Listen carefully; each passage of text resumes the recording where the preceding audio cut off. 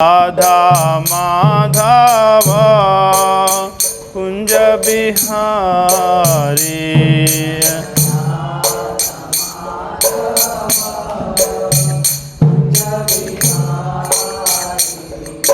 गोपी जन वल्लभ गिरिवरधारी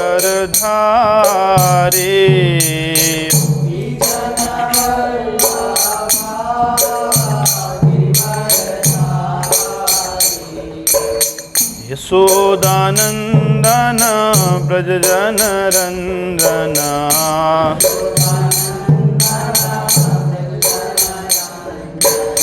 यशोदानंदन ब्रज जन रंजना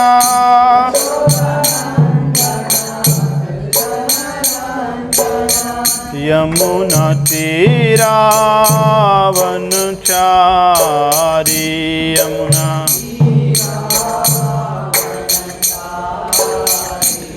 जय राधा माधव कुंज बिहारी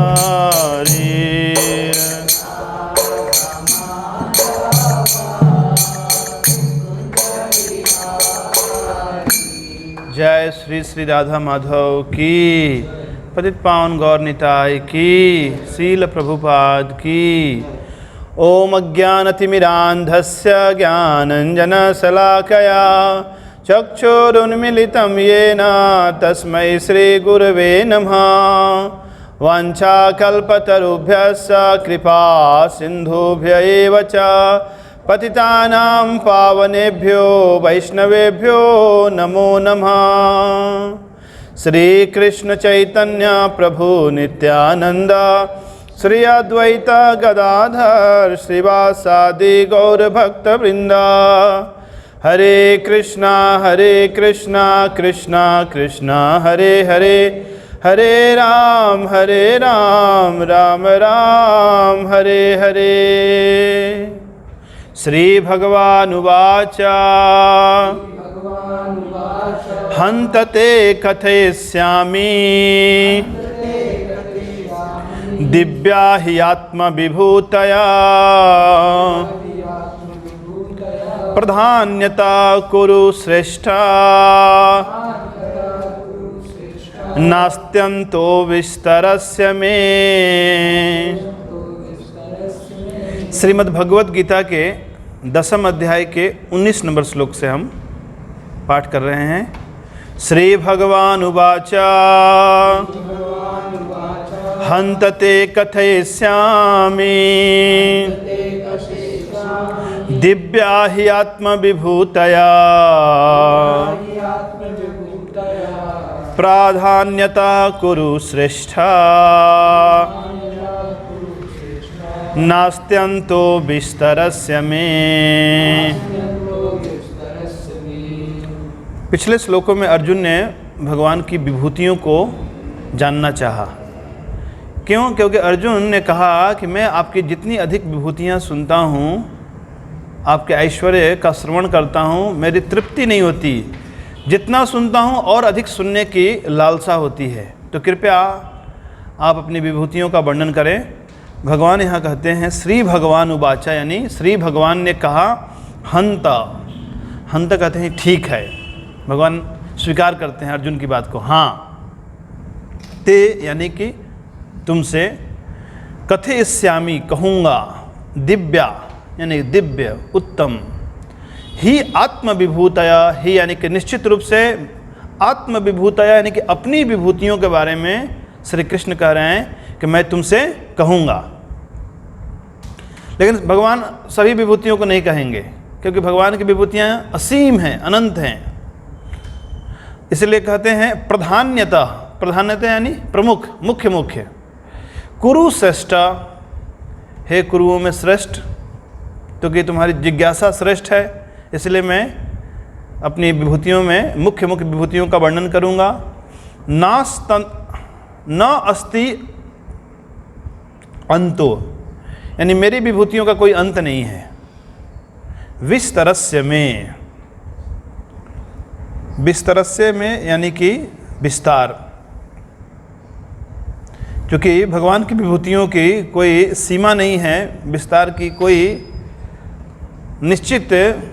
निश्चितता नहीं है, तो भगवान कह रहे हैं कि मैं केवल अपनी मुख्य विभूतियों का वर्णन करूंगा।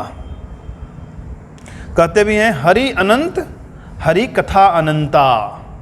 भगवान के नाम अनंत हैं, भगवान के दिव्य रूप अनंत हैं, भगवान की कथाएं, भगवान की लीलाएं, ये सब क्या है? असीम हैं।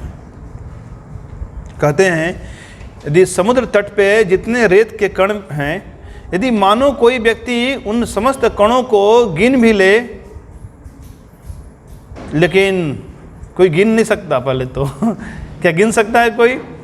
समुद्र तट पे जितने रेत के कण हैं उनको यदि गिन भी ले तो भी वो भगवान के महिमाओं को ऐसे गिन नहीं सकता। यानी भगवान की महिमाएं कितनी हैं? अनंत हैं। तो भगवान कह रहे हैं कि मैं केवल अपनी मुख्य विभूतियों का वर्णन करूंगा। 20वां श्लोक, अहम आत्मा गुडाकेशा सर्वभूताशय स्थिता अहम आदिश्च मध्यम च भूतानाम अंत एव च अहम आत्मा गुडाकेशा सर्वभूताशय स्थिता अहम आदिश्च मध्यम च भूतानाम अंत एव च। भगवान कहते हैं अहम आत्मा, मैं आत्मा हूँ। आत्मा कहते हैं सर्वश्रेष्ठ, जो सबसे महत्वपूर्ण है कोई भी चीज़। जैसे किसी प्रदेश में कोई एक विशेष नदी है तो उस नदी के द्वारा उस पूरे प्रदेश में यानी कि पेयजल की प्रचुरता रहती है। जैसे मध्य प्रदेश में कहते हैं नर्मदा क्या है? उसकी लाइफ लाइन है। नर्मदा से ही लगभग अधिकांश क्षेत्रों में पानी सप्लाई होता है। तो ऐसे ही शरीर में एक तो आत्मा है, लेकिन उस आत्मा के अतिरिक्त परमात्मा। तो भगवान कहते हैं कि अहम आत्मा गुडाकेश। हे गुडाकेश, गुडाकेश अर्जुन का एक नाम है, निद्रा पर जीतने वाले। अर्जुन ने नींद पे विजय प्राप्त कर ली थी। इसका दूसरा आशय है कि महान एकाग्रता थी, यानी कभी भी अर्जुन का मन उबता नहीं था। क्योंकि हम नींद में आते हैं, क्यों? क्योंकि हम लंबे समय तक एकाग्र नहीं हो पाते। जैसे मानो पढ़ते पढ़ते नींद आ जाती है, यानी थोड़े समय एकाग्र हुए तो फिर स्वाभाविक सी बात है नींद आ गई। वैसे ही जब करते करते थोड़े एकाग्र हुए नींद आ जाती है। लेकिन अर्जुन के पास महान एकाग्रता थी, उसने नींद पे विजय प्राप्त कर लिया था।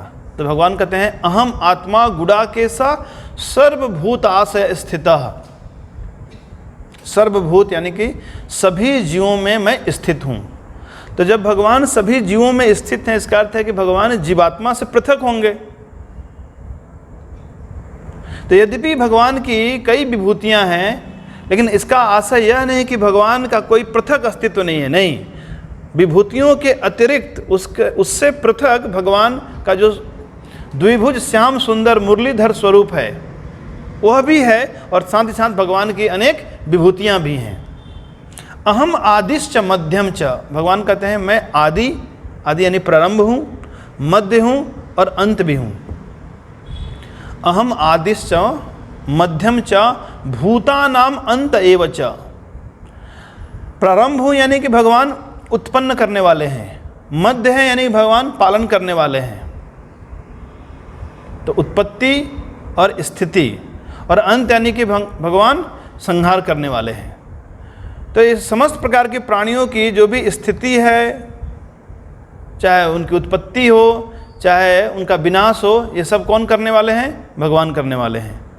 तो भगवान कहते हैं ये भी एक मेरी विभूति है। तो सर्वभूतास स्थिता का अर्थ है कि भगवान अपने विस्तार के रूप में, जैसे भगवान सबसे पहले अपना विस्तार महाविष्णु के रूप में करते हैं, और फिर महाविष्णु से ब्रह्मांड की उत्पत्ति होती है। फिर एक एक ब्रह्मांड में भगवान गर्भोदक साई विष्णु के रूप में प्रवेश करते हैं।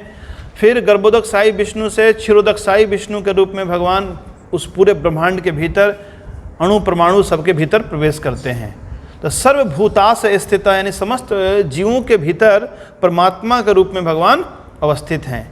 भगवान आगे के विभूतियों का वर्णन करते हुए कहते हैं, आदित्यानाम अहम विष्णुर ज्योतिषाम रविरंसुमान मरीचिर्मरुतामस्मि नक्षत्राणाम अहम शशि आदित्यानाम अहम विष्णु ज्योतिषाम रविरंसुमान मरीचिर्मरुतामस्मि नक्षत्राणाम अहम शशि। आदित्य नाम यानी अदिति के पुत्रों को आदित्य कहते हैं। 12 पुत्र हुए, तो 12 आदित्यों में भगवान कहते हैं आदित्य नाम अहम विष्णु, मैं विष्णु हूँ। तो एक तो भगवान के अवतार वामन देव, कुछ दिन पहले इन्होंने लीला की थी, बच्चों ने उसके ऊपर ऐसे नाटक किया था। तो भगवान तो एक वामन देव के रूप में भी आए हैं। साथ ही साथ समस्त प्रकार के आदित्यों में आदित्य सूर्य को भी कहते हैं। कार्तिक महीने के सूर्य का नाम है विष्णु। तो भगवान विष्णु सूर्य का भी एक स्वरूप है। ज्योतिषाम रविरंसुमान, ज्योतिषाम यानी जितनी भी प्रकाशमान वस्तुएं हैं ज्योति देने वाली, उसमें रवि, रवि किसको कहते हैं? सूर्य को। और अंशुमान कहते हैं किरणों वाली, यानी कि जितने भी प्रकाशमान दीप्यमान वस्तुएं हैं इस सृष्टि में, उसमें सबसे प्रमुख क्या है? सूर्य है। तो भगवान कहते हैं मैं सूर्य हूँ। तो आप सूर्य को जब नमस्कार करते हो तो किसको नमस्कार होता है? अप्रत्यक्ष से भगवान को नमस्कार जाता है।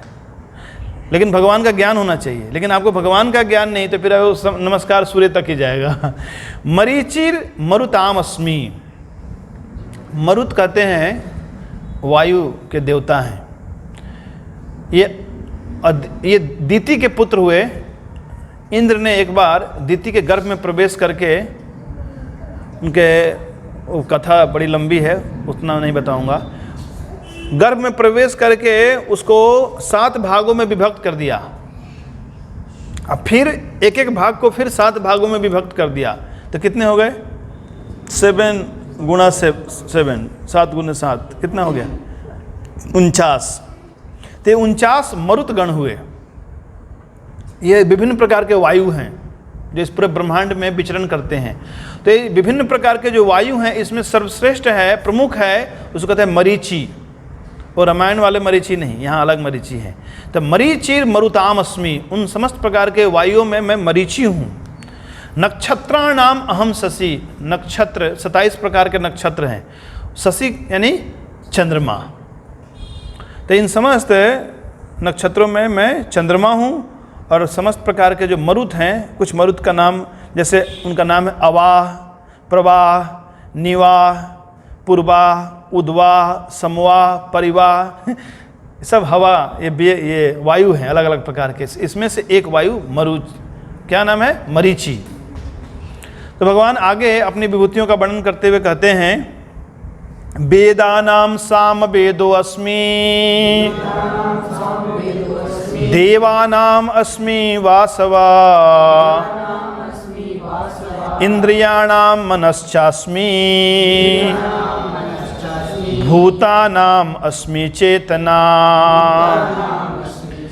वेदानाम साम वेदो अस्मि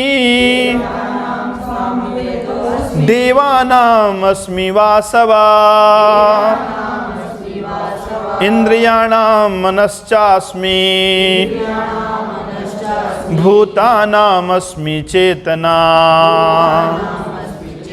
वेदा नाम यानी समस्त प्रकार के वेदों में भगवान कहते हैं साम वेदो अस्मि, मैं साम वेद हूँ। 4 वेद है ना? कौन कौन से वेद हैं? ऋग, साम, यजुर्वेद व अथर्व वेद। ऋग वेद, साम वेद, यजुर्वेद और अथर्व वेद। साम वेद के द्वारा भगवान की स्तुति की गई है। बहुत ही म्यूजिकल है, संगीतमय है उसके छंद। देवा नाम अस्मि वासवा, समस्त प्रकार के देवताओं में भगवान इंद्र हैं। वासवा कहते हैं इंद्र को। इंद्रियाणाम मनश्चास्मि। कितनी इंद्रियां हैं हमारी? 10। 5 ज्ञान इंद्रियां, 5 कर्म इंद्रियां। लेकिन ये सारी इंद्रियां तभी कार्य करती हैं जब हमारा मन सहयोग करता है। तो मन को कहते हैं अंतः इंद्रिया। यदि तुम्हारा मन यहाँ नहीं होगा तो क्लास में आप देख नहीं पाओगे, सुन नहीं पाओगे। इसलिए कहते हैं यहाँ मन को यहाँ लाओ। तो भगवान कहते हैं समस्त इंद्रियों में मैं मन हूँ, क्योंकि मन बहुत वेगवान है, बहुत शक्तिशाली होता है। तो इंद्रियाणाम मनश्चास्मि भूतानाम अस्मि चेतना। भूतानाम यानी कि समस्त प्रकार के जो प्राणी हैं, भगवान कहते हैं उसमें मैं चेतना हूँ। तो चेतना जो है हमारे भीतर, वो चेतना किसकी है? भगवान की चेतना है। कठोपनिषद में एक श्लोक है, नित्यो नित्यानाम चेतनस चेतनानाम। मैं समस्त प्रकार के जो चेतन प्राणी हैं उनमें मैं चेतना का संचार करता हूँ। भगवान अपनी शक्ति खींच लेते हैं। एक श्लोक और हम करेंगे आज। रुद्राणाम शंकरश्चास्मि वित्तेषु यक्ष रक्षसाम् वसुनां पावकश्चास्मि मेरु शिखरिणामहम् रुद्राणां शंकरश्चास्मि वित्तेषु यक्ष रक्षसाम् वसूनां पावकश्चास्मि मेरु शिखरिणामहम्। रुद्राणाम, ब्रह्मा के 11 पुत्र हुए रुद्र, उसमें भगवान कहते हैं रुद्राणाम शंकरश्चास्मि, मैं शंकर हूँ, बहुत शक्तिशाली हैं। वित्तेषु यक्ष रक्षसाम। वित्तेषु कहते हैं वित्त यानी कि धन, और ईश यानी कि मालिक। तो देवताओं के यहाँ कोषाध्यक्ष कौन है? कुबेर। तो कुबेर का नाम क्या है? वित्तेशः। और यक्ष रक्षसाम, यक्ष कहते हैं जो कुबेर की जो संपत्ति है उसकी रक्षा करने वाले को यक्ष कहते हैं। जहाँ भी कहीं ज़मीन के पहले कुछ भूमि के नीचे कुछ धन गड़ा होता था, कुछ खजाना, तो उसके ऊपर वो रक्षा करते थे, उनको क्या कहते हैं? यक्ष। एक होते हैं राक्षस, राक्षस धर्म के विरुद्ध चलने वाले हैं। इन दोनों में यक्ष हो चाहे राक्षस हो, ये सब क्या है? ये कुबेर के सेवक हैं। ये एक प्रकार से उनके सहयोगी हैं। तो यहाँ भगवान कहते हैं वित्तेषु यक्ष रक्षसाम, मैं यक्ष और राक्षसों में मैं कुबेर हूँ। वसुनाम पावकश्चास्मि। वसुनाम 8 वसु हुए, 8 वसु। उसमें पावक कहते हैं अग्नि को। तो अग्नि देव वो कौन है? वो भी भगवान का एक रूप है। इसलिए समस्त प्रकार के यज्ञ अनुष्ठान में जो भी हम अर्पित करते हैं, भगवान अग्नि के माध्यम से उसको ग्रहण करते हैं। तो अग्नि क्या है? ये भगवान का मुख है ये। और एक अन्य भगवान का मुख है, वह है ब्राह्मण और वैष्णव का मुख। यदि भगवान को खिलाना है तो ऐसे शुद्ध ब्राह्मण और वैष्णव को खिलाना चाहिए, तो भगवान खा लेते हैं। तो एक तो तरीका है यज्ञ कुंड में अग्नि में डालो, है ना, और एक है भगवान और भक्तों के मुख में डालो। श्रेष्ठ क्या है? भक्तों के मुख में डालना। तो यहाँ इस श्लोक में भगवान कहते हैं वसुनाम पावकश्चास्मि, समस्त प्रकार के वसुओं में मैं क्या हूँ? अग्नि हूँ। मेरु शिखरिणामहम्। मेरु कहते हैं सुमेरु पर्वत को। शिखरिणामहम्, जितने भी शिखर वाले जो पर्वत हैं, कुछ पर्वत हैं जिनके शिखर लोहे के हैं, कुछ पर्वत हैं जिनके शिखर तांबा का बना हुआ है, कुछ शिखर हैं जो चांदी के बने हुए हैं, कुछ पर्वत हैं जिनके शिखर सोने के बने हुए हैं। तो ऐसा ही एक पर्वत है सुमेरु पर्वत, जो पूरा सॉलिड गोल्ड का बना हुआ है। कितना अच्छा होगा ना सोने का पर्वत मिल जाए। ऐसा पर्वत है। तो सुमेरु को मंथन के समय ऐसे एक वो रॉड के रूप में यूज किया गया था, सुमेरु को समुद्र मंथन के लिए। तो ये 4, 4, 8 और 4, 12 और 4 तो नहीं हुआ पीछे वाले श्लोक में, 2, 10। भगवान ने अभी 10 विभूतियों का वर्णन किया है। इस प्रकार आने वाले सभी श्लोकों में भगवान के अन्य अन्य विभूतियों का वर्णन है, तो हम आगे देखेंगे। श्रील प्रभुपाद की।